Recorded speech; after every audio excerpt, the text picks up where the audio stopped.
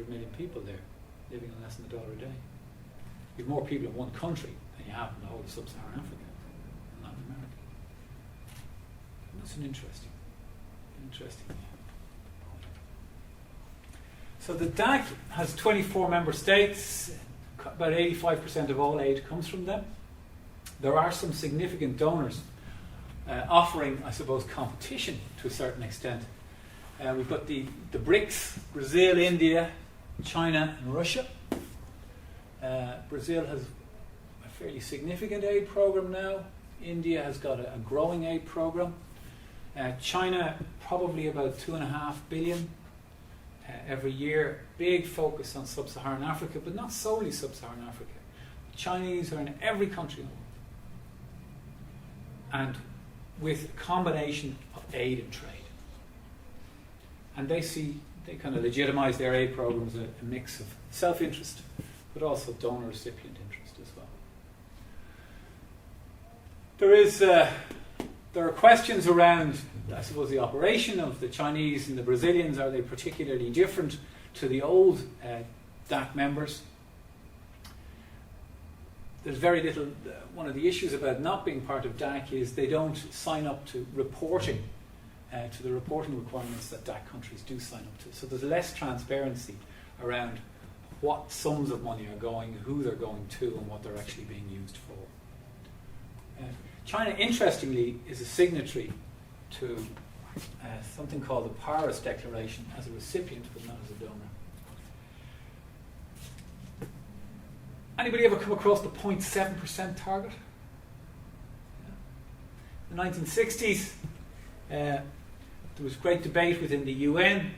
So this was kind of, I suppose, a decade of global partnership.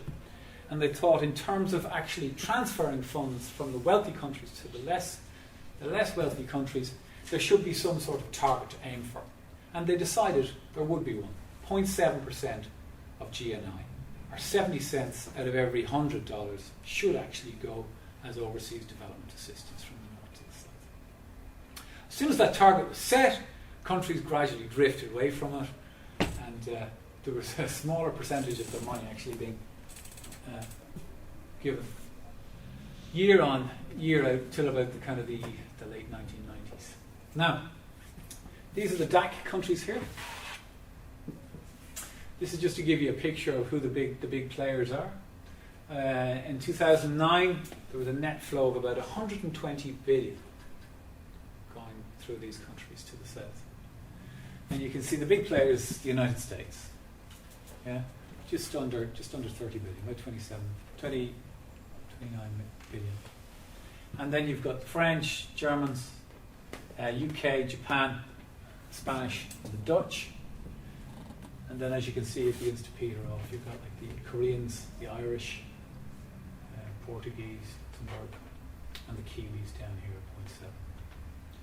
So it's, what does that, when you look at that though, what image jumps out? Or does anything jump out? Well, the dependence on total flows on this country here. Yeah? If you want to ramp up aid flows, you have to target the United States, and that has to be in line with you, simply by virtue of its economic weight. It's a big player, big player. If I said China is about 2.5 billion, so China is coming in around between Belgium and Switzerland at the moment, which is not insignificant for a country that categorizes itself as a developing country. But the US is the big player.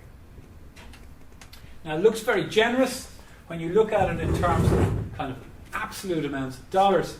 But another way of looking at it is, remember this UN target of 0.7? Yeah?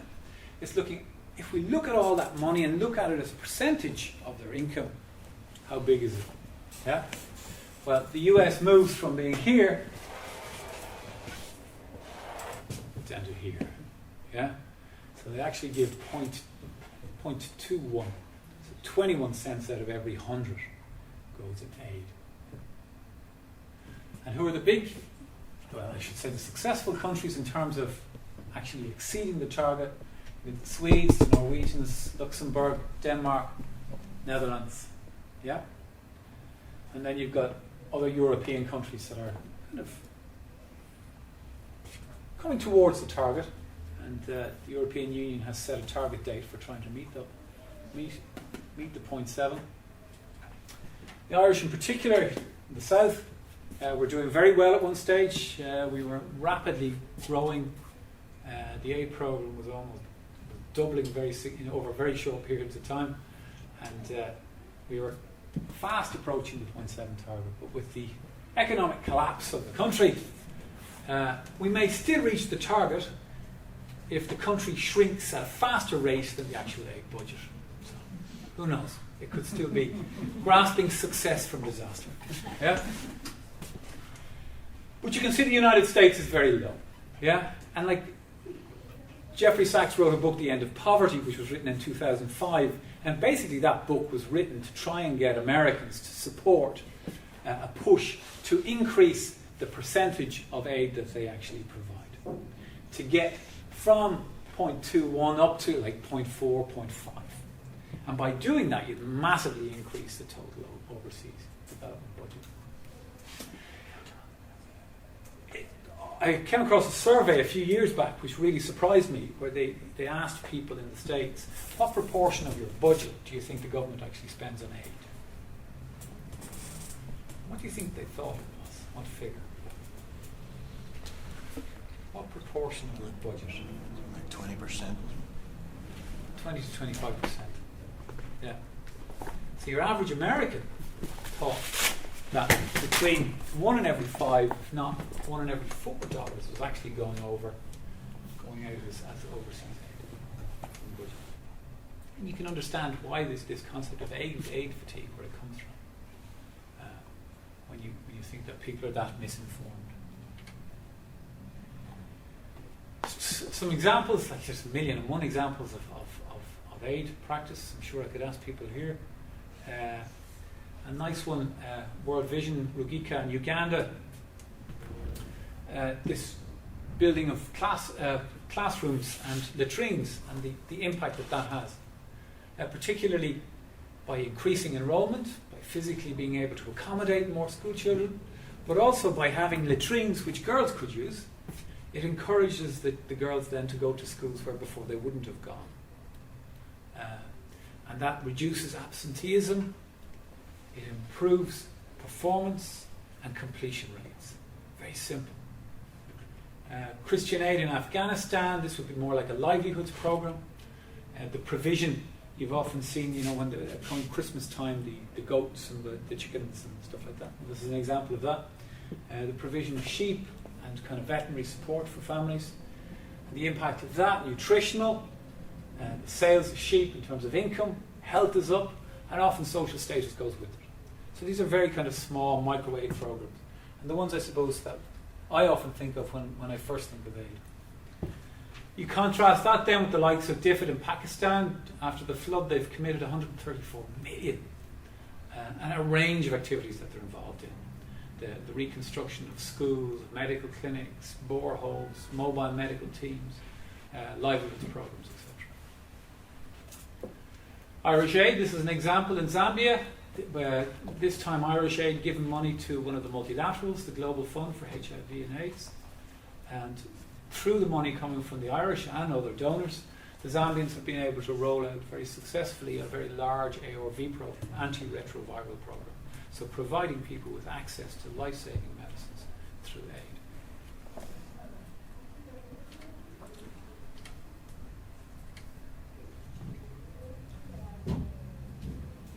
Maybe a little bit of history. This is coming from Ravi Kambir. He said that the first mention he came across of aid was Egyptian food aid to the city-state of Rhodes following an earthquake in something like 1500 BC. So there's a lot of history there. Yeah? And why was that done? Well, we could look at the motivations behind it. Rhodes was a principal port for trade in the Mediterranean. So why were the Egyptians helping them?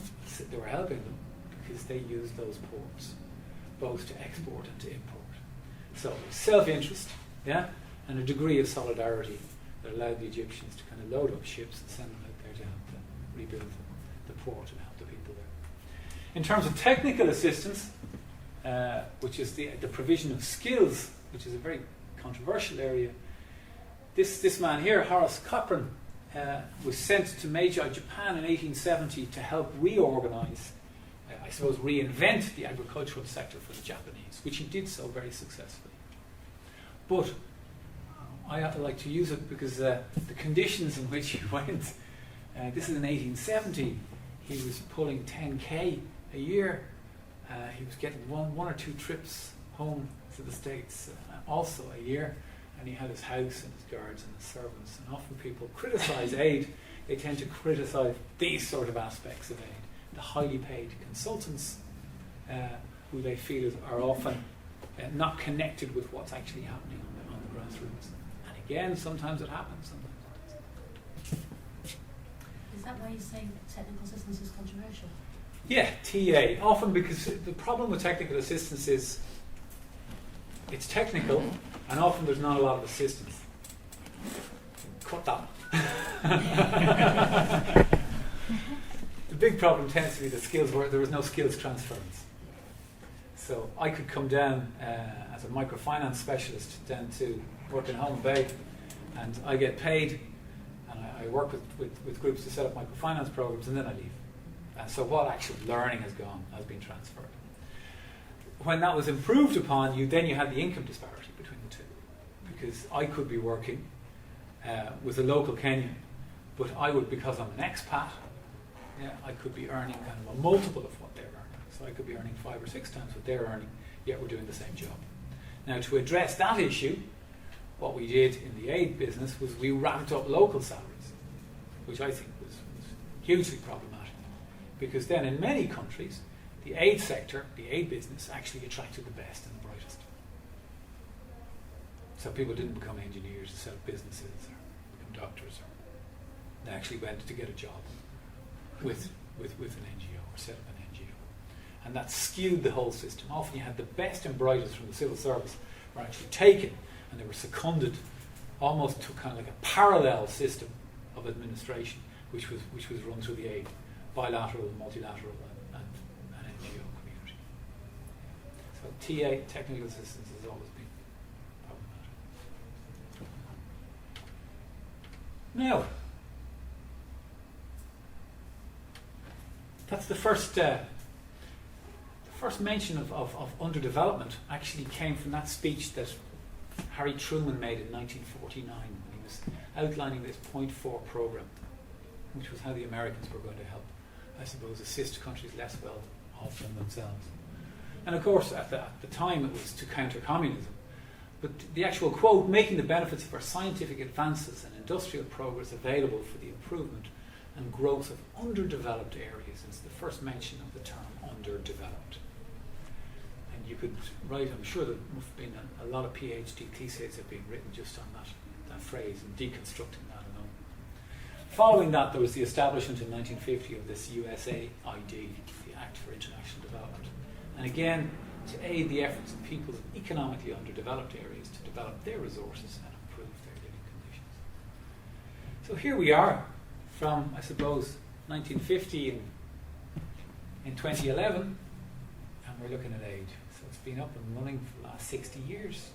People like Dambisa Moyo would say up to maybe $3 or $4 trillion has flowed from the north to the south. Hundreds of thousands of hours of years have gone in technical assistance, and we still have these discrepancies between life expectancy in Niger and what exists in Norway. Maternal mortality rates in Germany versus maternal mortality rates that exist, for instance, in Nicaragua. So why has it worked? Why hasn't it worked?